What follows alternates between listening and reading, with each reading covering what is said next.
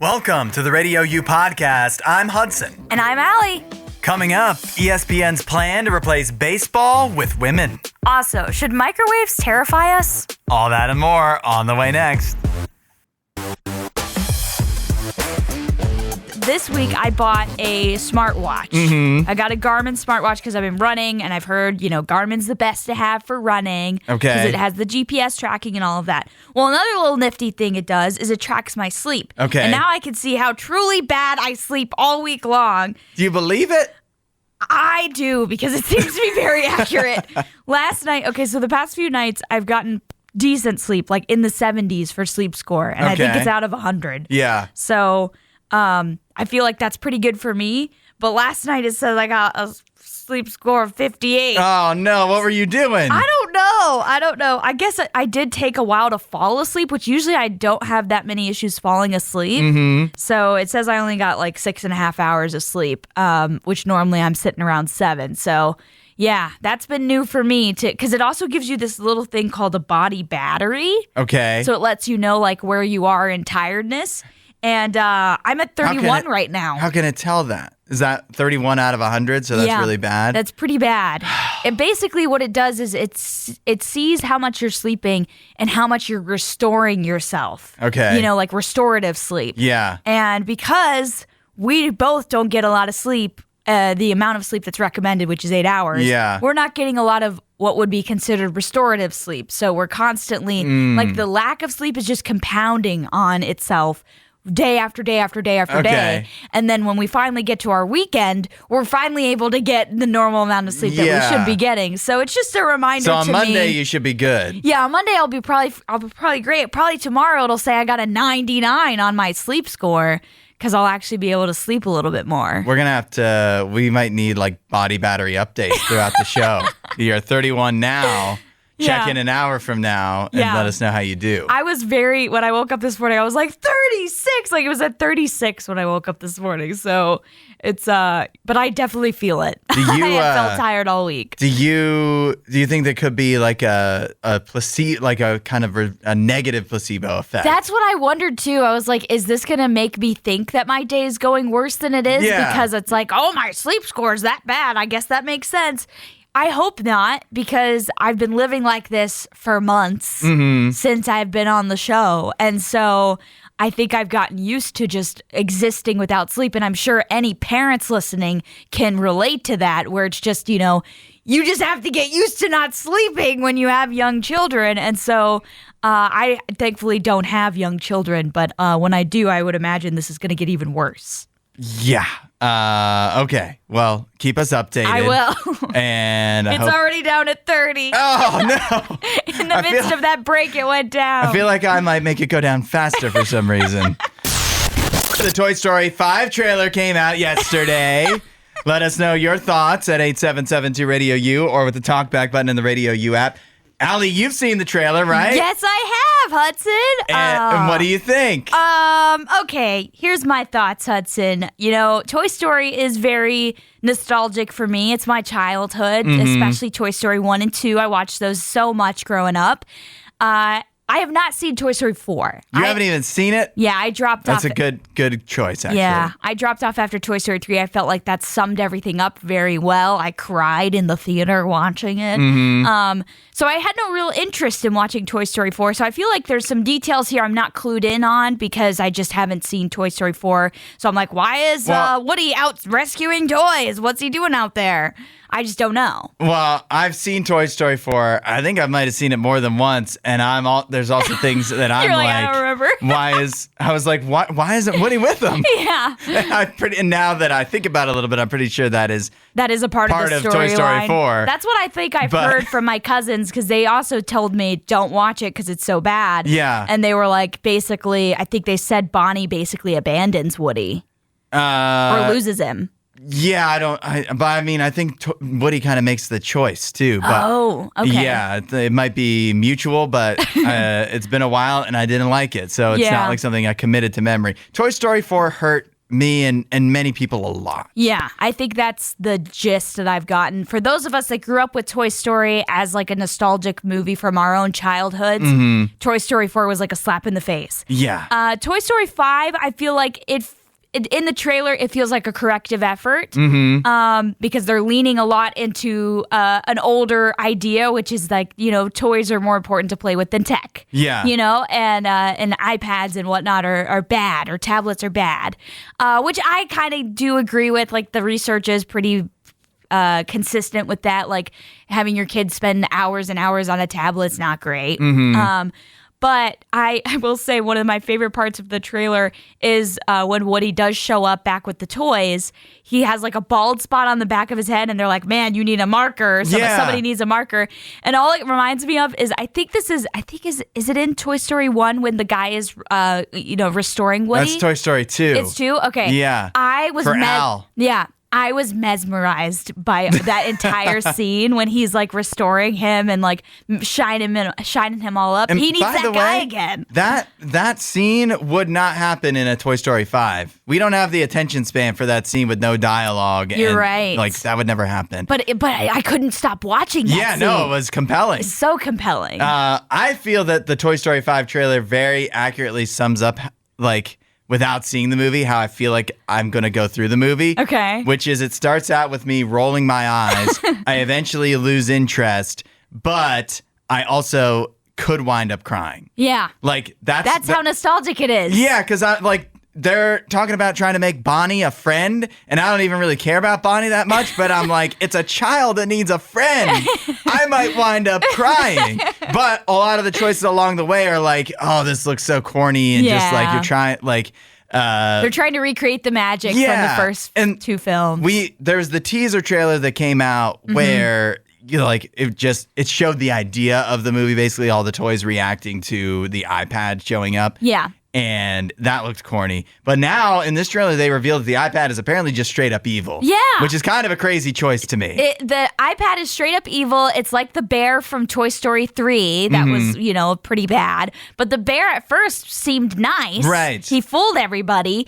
But no, this tablet is just mean out the gate. Yeah. So. They just showed that to everybody right off the rip. So, I don't know. It's really tough because Pixar's made some bad movies too, like forgetting about Toy Story 4. It's just been a tough run for Pixar. It has, which is so disappointing. They used to be the hit maker. Yeah. Like they could do no wrong. Yeah. So I don't know. This trailer is maybe okay. I don't know. I feel like I could wind up watching Toy Story 5, but and it could really work. It also could really hurt me once again. I know. I could wind up crying for a different reason. Because I spent $6 to go see it, and it sucks. I am glad the Olympics are almost over. Why? It is too stressful for me. Aww. It has gotten too stressful now as a Canadian watching these hockey games and even curling. I was going to say we got semifinals for curling coming up in just a couple hours. Yeah, and semifinals for the men's hockey is today as well. Yes. Which I'm super nervous about. But yesterday was the women's gold medal game in hockey, and did you have DraftKings or like? Did you see the odds that they were giving for the United States to win? They were like minus 500. Yeah, everybody thought the United States was going to blow Canada out of the water because they had just beaten Canada 5-0 in an earlier round. But Canada had the United States on the ropes. Yeah. It actually played so similar to the U.S. versus Sweden men's game that was the day before. We have seen so much overtime hockey on both the women's and men's side in the past 2 days. Because the bronze medal match yesterday between Switzerland and Sweden for the women. That went to overtime too, overtime with the Swiss winning. And so, it's been crazy. But, yesterday, so I get home. I had been watching the game here, like, as I was working, and it was 0-0. And so I get home and I went for a run. And as I finished my run, I opened up my phone to check the score. Yeah. And I was so confused by Google because it said, it said women's hockey final, which meant final game. Oh, but I thought it meant the game had gone final. And it said 1-0, Canada. And I was like, oh no, the United States lost. And then I logged in on Peacock and it was like 18 minutes left in the third period. And so it was crazy because the United States were down. Canada had them on the ropes. There was about 2 minutes left, and the United States makes a very controversial decision. They take out their goalie. Yeah. So they have an empty net, which was, I think a lot of people were panicking because they're like, it's too early. Don't take your goalie out this early. But it paid off. The United States scores, ties the game, sends it to overtime. Yeah. And that's when the stress kicked in. Yeah, no joke. There's nothing like overtime, sudden death overtime hockey. I know. There's just another level of stress that you get to. My watch literally was telling me I had a stressful day yesterday because of that. There's nothing that can equal it because like no other sport now, particularly with like the way the NFL has changed their overtime rules and stuff, there's no other sport that just ends. Then it's just over. Right. In the blink of an eye, your season, your chance at a championship is over. And that's overtime, sudden death overtime hockey in the playoffs and in, the Olympics. So the best thing ever, but also the worst thing ever simultaneously. Yeah. My concern is that, so in the gold medal game, they said the rules were you get 20 minutes. Yeah. Like a full period. And it sounded like you don't get any shootouts in the women's. I hope that's what it is. I thought there was 20 minutes before a shootout because I know in the overtime games in the previous, like in the men's quarterfinals, they were saying it was 10 minutes and then a shootout, which would be, I understand why they have to do that because you can't have the games possibly going on forever. Right. But also to go from the best thing you could possibly imagine over sudden death overtime hockey to a shootout, which is the dumbest way to decide any sport. Yeah. That would be a tragedy. And so I would like to not have a gold medal game decided on a shootout. Yeah, I agree. But nevertheless, the U.S. gets the gold. Yes. They USA overcome Canada for the first time in a while. Yeah, it had been a while. The U.S. and Canada have constantly clashed in the women's side for the gold medal.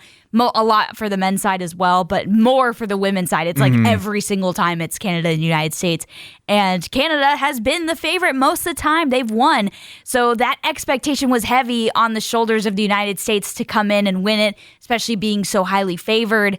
And, Canada gave them their all, but the United States just had a little bit more. I think the announcer said it was just they had a little bit more depth. On their team. And speed, too. Like, they're they're a much younger team. And when you get the 3-on-3, that really matters. Yeah. What do you think is going to happen in the semifinal games today? Canada, Finland, and U.S. Slovakia? I'm nervous about Slovakia. They are a wild card in this semifinal. The U.S. and Slovakia are so opposite to me because Slovakia's been scoring a lot. Yeah. They've been a really high-scoring team, and the U.S. they've scored against some of the worst teams, but their thing is they have such good defense and good goaltending. So totally opposite. Yeah, it'll be very interesting to see how both of these games go. I think Canada will probably cruise against Finland. Mm-hmm. Finland seemed quite lucky to me to even make it into the semifinal. Yeah. Not that they're a bad team. They're a good team. They deserve to be where they are. But I think that'll be... I think Canada will win that pretty easily, but I have no idea how the United States and Slovakia game's going to go. I think the Slovakia-U.S. game will be closer than Canada-Finland because Slovakia, too, like, they're very young, and they I don't know if it's like they have more experience together or what it is, but they seem to play really well together as a team, which really matters. I would agree. These are a lot of players that don't play together normally, so that can make a big difference, but... At the end of the day, I still feel like we're getting Canada versus U.S. for the gold on Sunday. I hope so. I'm ready for some revenge. Yeah. Burger King customers with complaints can now call the president directly. I'm not sure what Donald Trump can do about it, but he is the president. This is actually a new thing from Burger King where they are letting you call their president of operations in the United States and Canada. His name is Tom Curtis. And for all the people that don't want to call, don't worry. You can also text instead. If you have an issue related to Burger King, they gave out his number, and you can get 24/7 call or text Tom Curtis, president of Burger King, to share feedback on food, service, value, and restaurant conditions. I texted him, Hudson. You did? This early in the morning? I texted him even earlier. I texted him like 30 minutes ago. Uh-huh. I saw this for our show prep, and I was like, oh, I'm texting this guy. You have a complaint? No, I just wanted to give him feedback. Okay, what's your what did you say? So I saved his contact, first of all. It says Tom Curtis in parentheses BK. Okay. So I said, hi, Tom. Thanks for giving customers an opportunity to speak directly to you and give feedback. I work as a morning show DJ for RadioU, based in Columbus, Ohio. we do a show feature called First to Worst, where we rank things. And when we did fast food burgers, I chose the Bacon King burger as first, as it truly is my favorite. Hope you have a great day. Okay, so you're sucking up to the president of Burger King. Allie from Columbus, Ohio. He has not responded yet. Oh, he's probably not up this early. Yeah, my hope is that he eventually does respond, though, because it says he's going to spend hours a day working on responding to every text. Which is silly, by the way. He's the president. Shouldn't he be doing more important things? Do we really think it's Tom Curtis, though? Since he hasn't responded to you yet, I mean, what do you think? What do you think? It's AI or something? No, I don't think it'll be AI, because then that would have been like an automatic response, right? Yeah. But like, are there going to be other employees working on this? So you think they're saying it's Tom Curtis, but it really just goes to the same department it always went to? Yeah. And they're just lying to us? Well, because like this number, while it does seem like it could be someone's actual number, it can't be his actual number. Well, yeah, no, because it'd be blowing up his phone all hours night of the long. night. Yeah, like that'd be ridiculous. So yeah, I think there might be some text where you're directly speaking with him that he's responding to it. But come on, you're what is he, the CEO? The owner? They called him the president. The president, sorry. Burger King, I don't know if they elected him or how does that all work?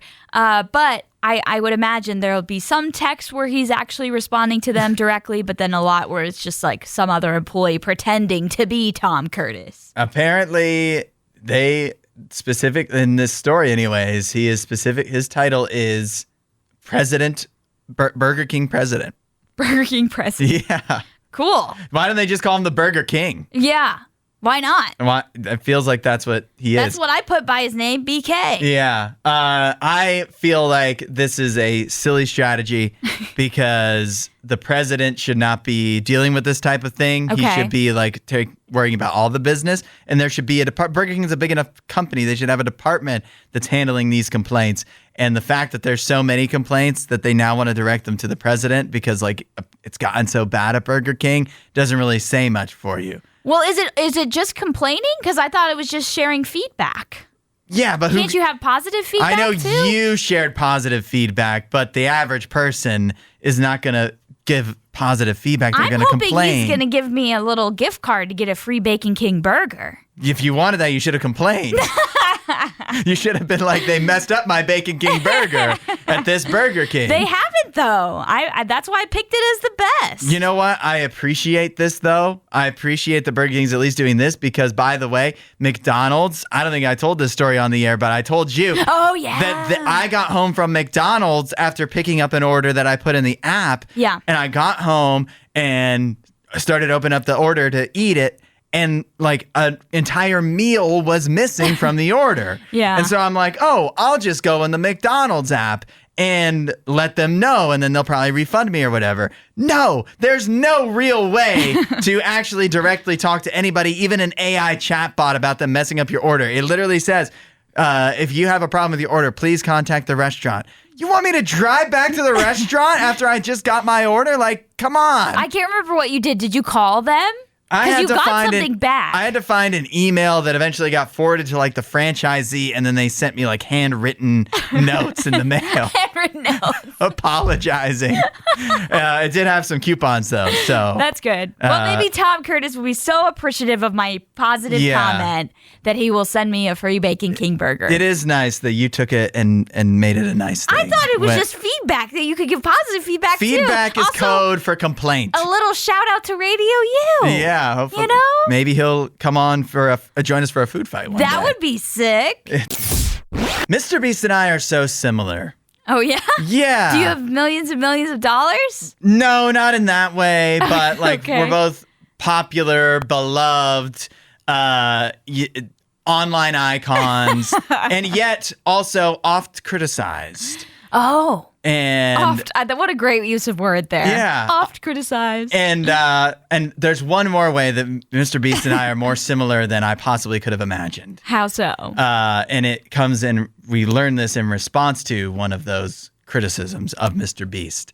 Somebody recently pointed out on Twitter that while Mr. Beast smiles, his eyes never smile. Oh, he doesn't smile. Yeah, which I never thought. I always did think like Mr. Beast when somebody said that, I'm like, that's actually true. I guess I've never noticed. I always thought there was something off about it, but I couldn't surmise what You're it was. What's wrong with this smile? Yeah, but when they pointed that out and then I looked closely, I'm like, that's actually so true. Interesting. But let's not rush to judge Mr. Beast and his eyes that never smile, because he explained why that is. Okay, there's a reason. And this is why him and I are so similar. He says that he is borderline blind in his right eye. No way. So he says that he has to squint just to be able to see, even with his contacts in. Yeah. Which is just like me. I'm borderline blind. I can hardly see even with contacts in. I shouldn't be allowed to have a driver's license. Yeah. Me and Mr. Beast it's like we're brothers. It's like you're the same person. Yeah. So this actually makes me, like you hear somebody going through a similar struggle and they're Mr. Beast, and you're like, if he can accomplish that with his blind eye, think about what I can do. I know. Like that's pretty impressive with all that he's done. That's not held him back at all, clearly. Yeah. But yeah, I've never noticed that he's not smiling with his eyes. But if you've ever watched America's Next Top Model, then you know that's a very important thing to do. Yeah. They call it the smize on there. 100%. I've never watched that, but I did know that you got to smile with the eyes. You do. Or sometimes, a lot of times in TV, you got to not smile with the eyes. Like if you're on video and it's about like you can't break with your eyes to play things serious. Yes. And sometimes that can happen. It's true. Well, and often, especially in the modeling world, which is what they were talking about with America's Next Top Model, they'd be like, smile with your eyes, not with your face, like not with your mouth, So it's like have the intensity in the eyes and nothing else, really. Like don't have it and don't be smiling with your mouth. Which is why I'm not a model. Because I can't. You can't do the intensity. Because I'm borderline blind, like Mr. Beast. I kind of don't buy that, though, because it's just like an intensity you need to bring to your eyes. It's not necessarily like you need to be able to see to do that. So you don't believe that Mr. Beast is... I think with some coaching from Tyra Banks, he could be able to do it. You think he could? I think he could. You think he could have a more natural smile with his face? With his eyes. Yeah. I think... But maybe he's so used to... I mean, you're right. You could coach this out, I suppose. But he's so used to like overcompensating with the mouth, right? Because he can't smile with his eyes. Yeah. And so people are telling him to smile, and he's like this making a bigger and do. bigger mouth because he can't do it with his eyes. I can't do anything else. I got 3 looks. But nevertheless, hey, it's worked out okay for him. I would say so. I feel like I need him to coach me on some stuff. Like making money. Although he said he had negative money too. So we really are similar. I have found a monkey that will absolutely break your heart. I guarantee. His name is Punch.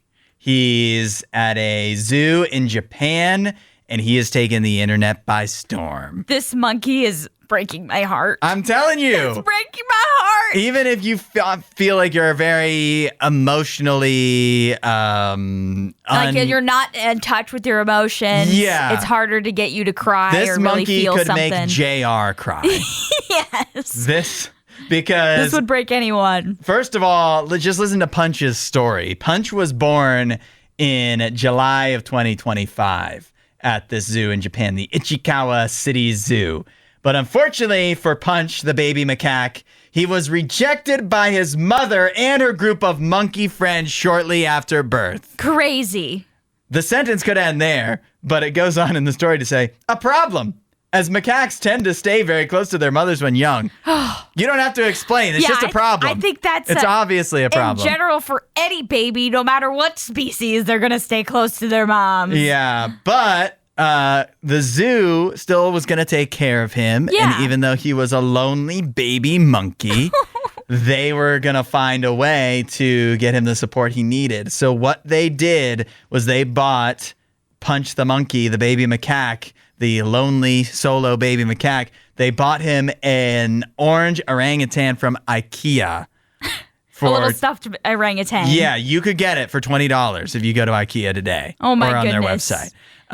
And there are pictures of Punch the monkey now going through life his first 6 months of life with his baby orangutan friend, his baby orangutan doll. Me cry. I'm looking at the pictures and I'm actually about to cry.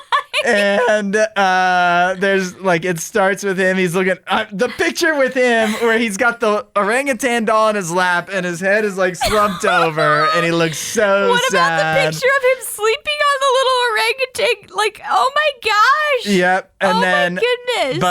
But it has a happy ending because eventually he's gained the confidence and the acceptance of other macaques in the zoo. And so he made some real friends. It's so sad. And people have made art to go with it. I know. The one that says, ultimately I have to be brave. This little monkey is so cute. I'm literally crying. It hurts me. It's hurting me. He's giving me the will to live. I know. There's a little picture of him sleeping on the orangutan stuffed animal. It's so sad, guys. It's so Curious George. The picture of him walking and he's dragging the orangutan doll behind him. Which is the images has been drawn of a real image of him bringing it with him. Yeah. Because his family's all rejecting him. Oh my goodness. But he's got the last laugh because now he's been accepted. Oh, he has? Even if, did you see the pictures of him with actual, right at the top, him with the rest of the macaques? Oh my gosh, thank goodness. Oh, the one's hugging him. Yes. Oh, good. We are so happy for you, Punch. I need this IKEA orangutan doll. It's going to be my emotional support. Punch. I want Punch because I want to hold him. He's so cute. He's so inspirational. I know. He was a baby all alone. All by himself with a little stuffed animal that he was literally doing grooming on the little monkey, on the little orangutan. He didn't let his circumstances define him. You can buy a sticker that says ultimately I have to be brave. Of that little design. On Etsy or? I don't know, but it's a sticker mail club and it says you can join by February 28th to get that sticker. I want that sticker. I love it. And now I want to get to the sad news, and that is that the Olympics are almost over. I know. Monday, there'll be no more Olympics. Yeah. It has run my life the past couple weeks. I know. I've been so invested. One of the things that I was excited about at the Olympics was they've added a new event for these Winter Olympics for the first time. They did something called Ski Mountaineering. Right. And that was something I'd never heard of before, but reading the description on the Olympics website or whatever, they described it as you go up the mountain. You have to climb up the mountain. Yeah. And then ski back down. And so that sounded kind of cool. Sounded really neat. And then they did it yesterday. And Allie, you saw the Ski Mountaineering, right? I did. We were watching it. Was it really cool? It was so lame. It was the corniest thing I've ever seen. The dumbest thing ever. I feel bad because I know those people, it's still tough, but I just feel like the setup at the Olympics was really sad because when they say climb up the mountain, what they mean is you cross-country ski for a little bit. Then for some reason, there's stairs. So you take off. There's stairs on the mountain covered in snow. So you take off your skis, put them on your back, and then run up the stairs using your poles really fast. But it's a very short flight of stairs. Yeah. It seemed like it was about the same stairs that we have here in the RadioU building that we climb every day. Yeah, one story of stairs, Yeah. And then you put your skis back on. Once you get to the top of the stairs, you cross-country ski a little more.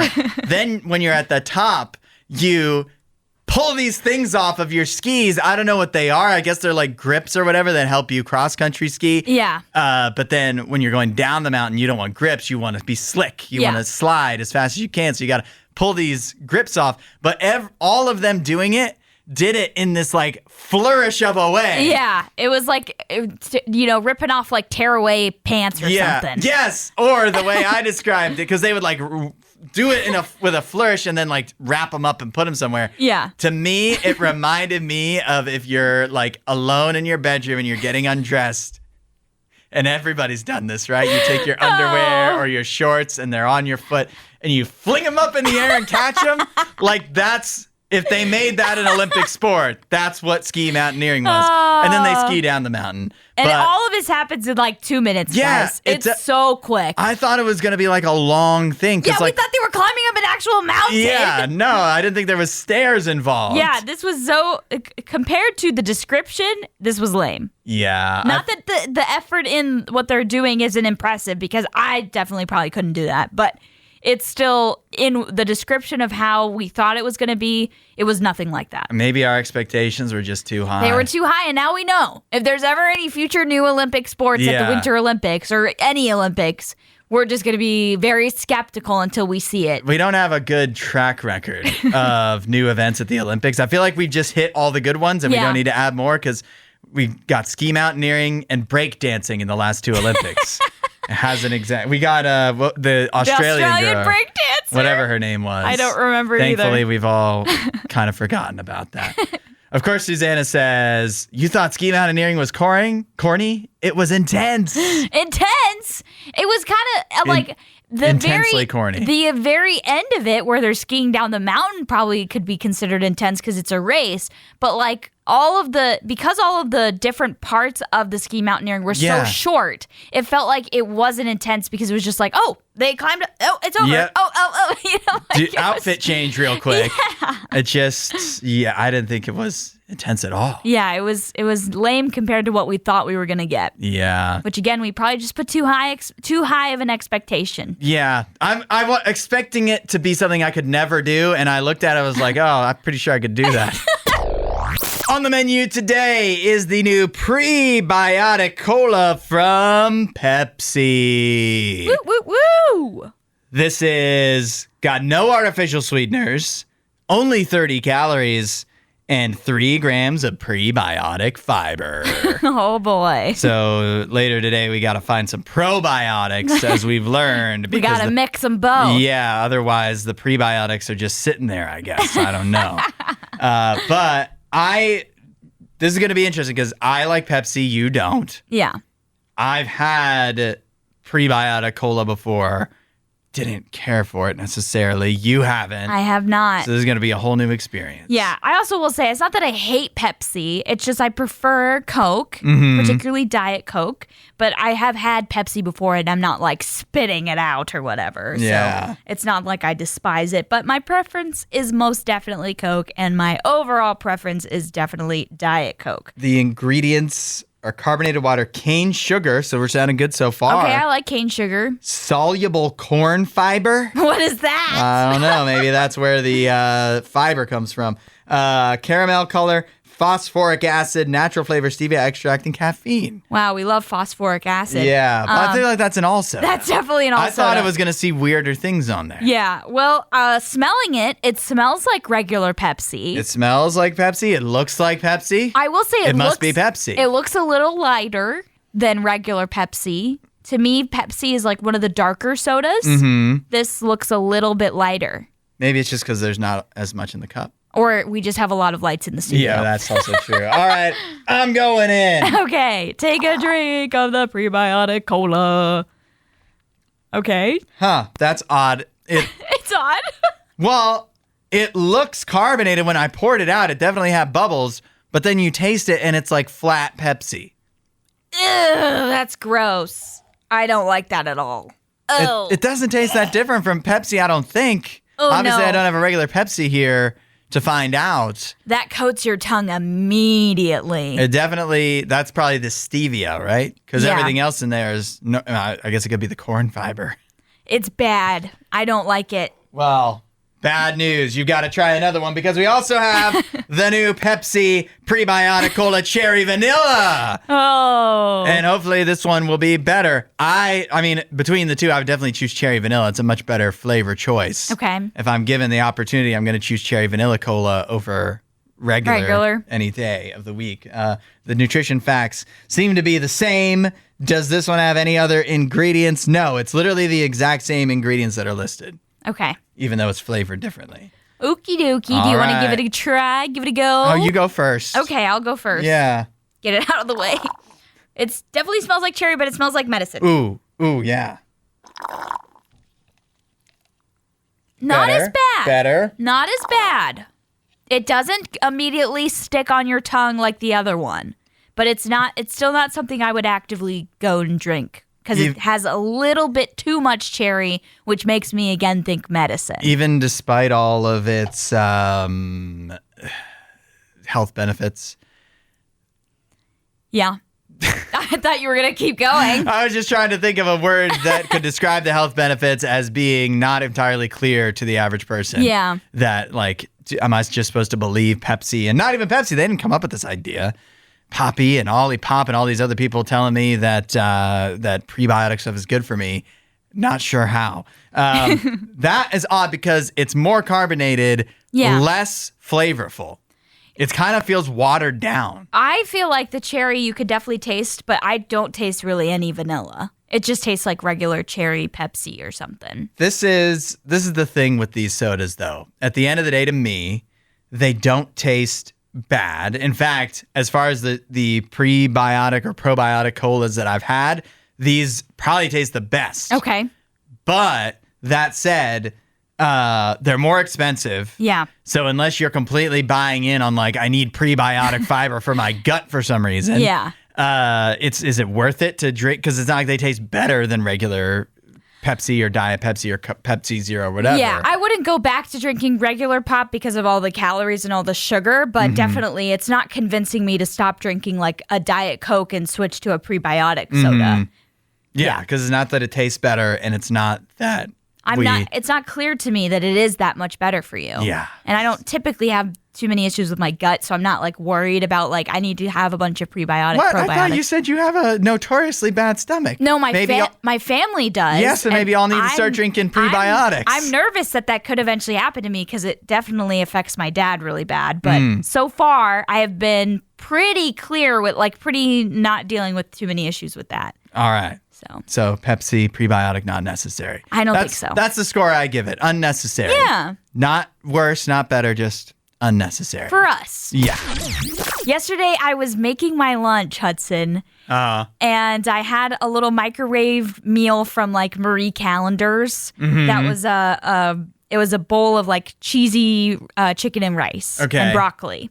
It was very good, but something occurred in my brain when I was heating this up in the microwave because it gives you two options, microwave and conventional oven on the back of how to cook this. Yeah. And so the microwave, it's okay, put it in for 3.5 minutes, take it out, take the film off, stir it, and then put it back in for another minute. And on the conventional oven, it says heat it up to 375 and cook it for 50 to 55 minutes. And I don't know why, but in my brain, I was thinking to myself, I've never actually thought about that, but I was like, shouldn't that terrify us?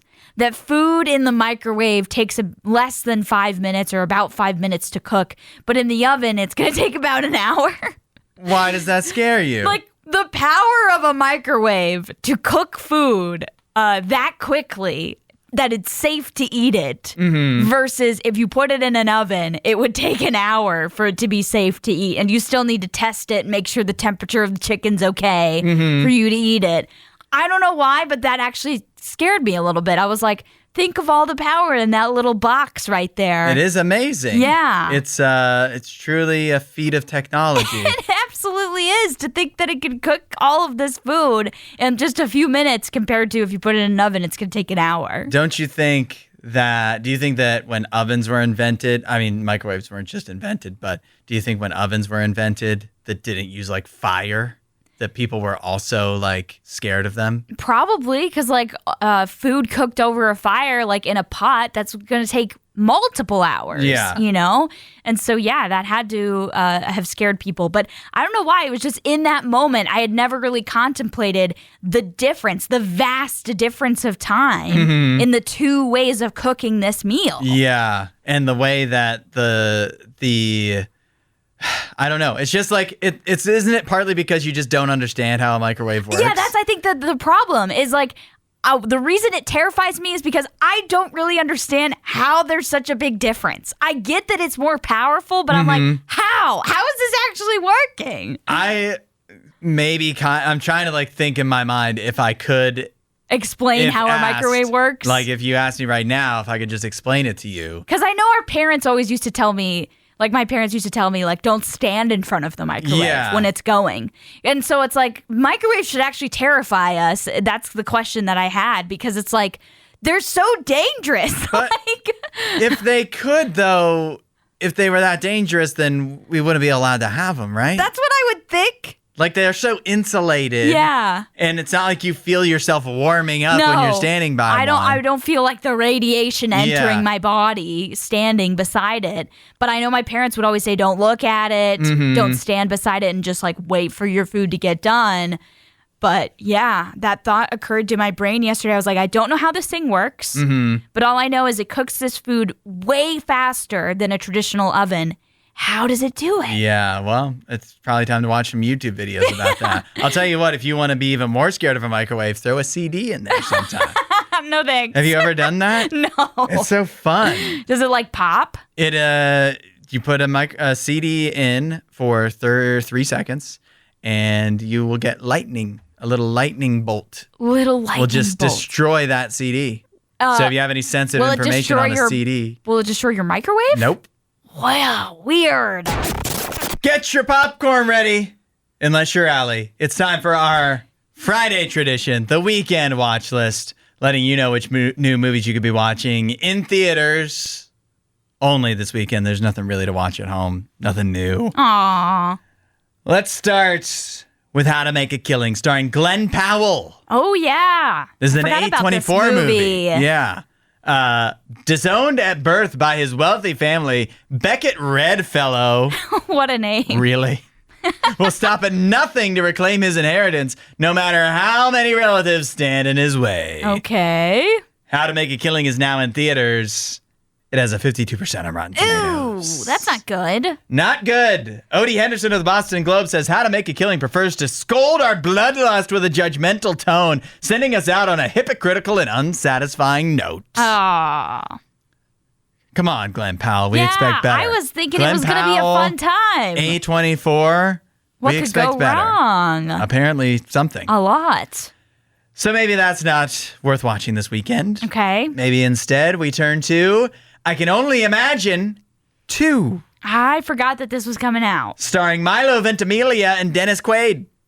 After the breakout success of the song I Can Only Imagine, Mercy Me's Bart Millard is living the dream with sold-out arenas, a devoted fan base, and a thriving career.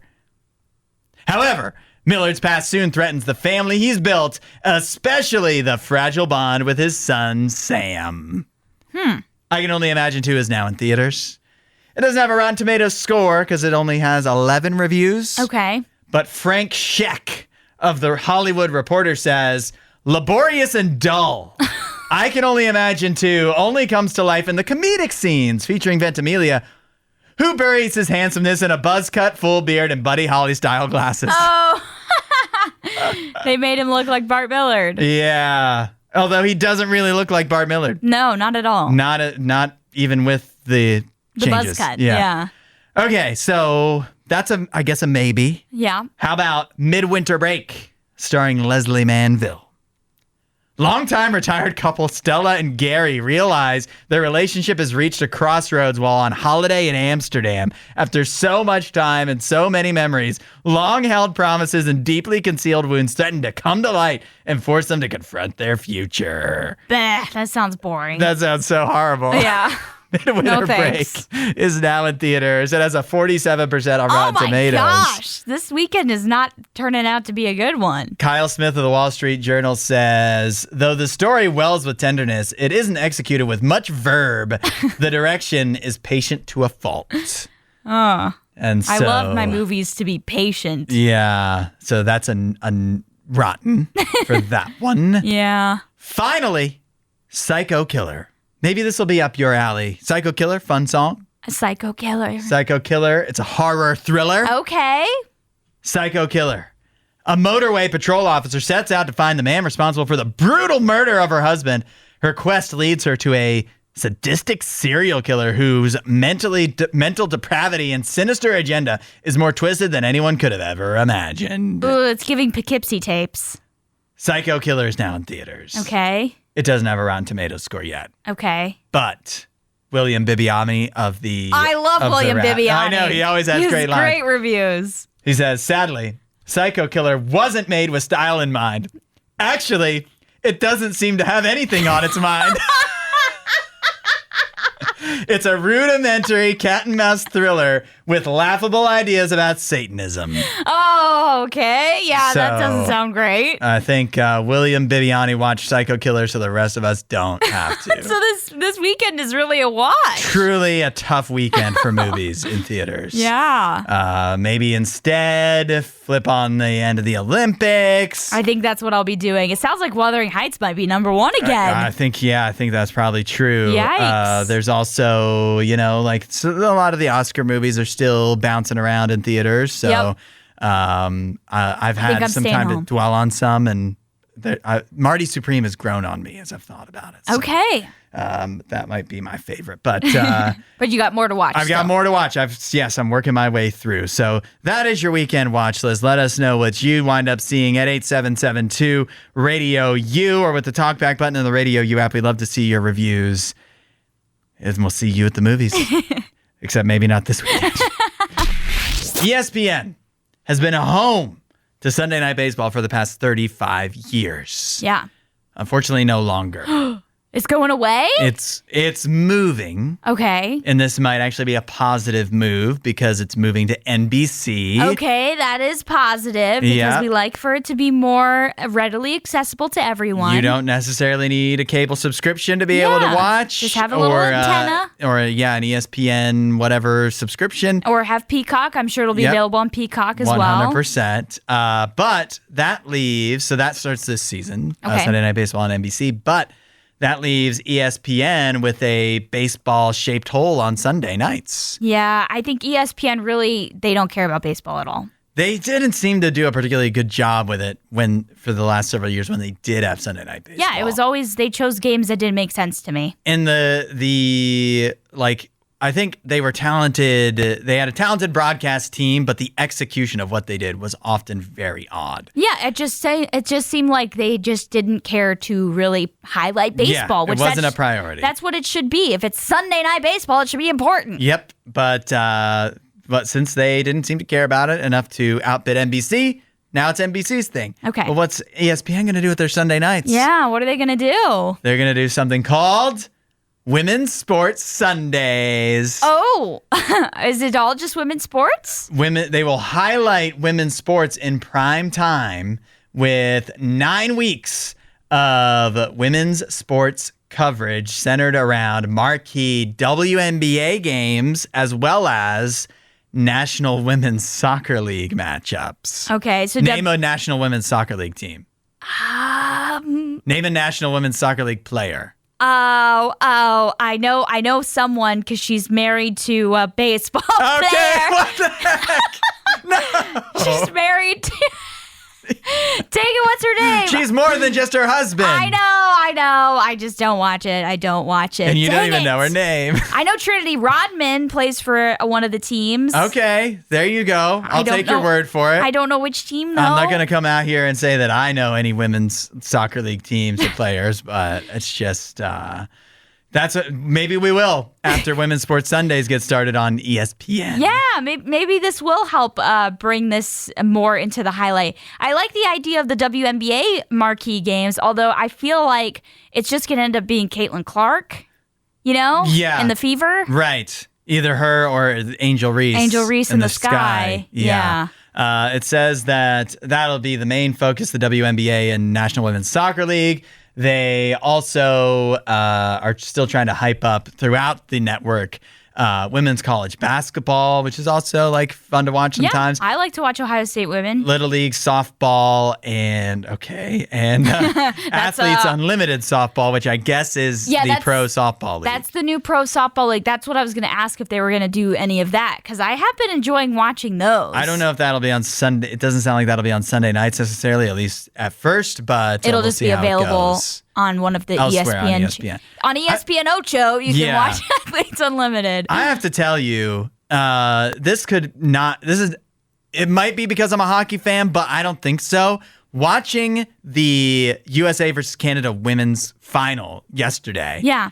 The quality of that versus men's hockey, obviously it's different. It's not the same physicality. Yeah. It's not the same speed, but just like the quality of play, I feel like is like as close to like top tier as you can get for women's sports. Oh, absolutely. I feel like there's the PWHL, the Pro Women's Hockey League. Yeah. We need more of that. Exactly. I don't know if ESPN probably doesn't have the rights to that. It's somewhere else, but I want to see more of that on TV. I was very impressed with the play. I agree. And it was that particular game. I think because if you would have watched the U.S. play any other of the games from that tournament, you would have been like, okay, they're so much clearly better. Right. But the competitiveness. But that's like that'd be like the Yankees playing a AAA team. Yeah. Like essentially it's the U.S. and Canada playing the other countries in women's hockey. So Well, even the U.S. beat Canada 5-0 earlier in the tournament. That wasn't exactly an entertaining game, so it was surprising we got such an entertaining game yesterday. But I do agree. That was a great example. Another good example,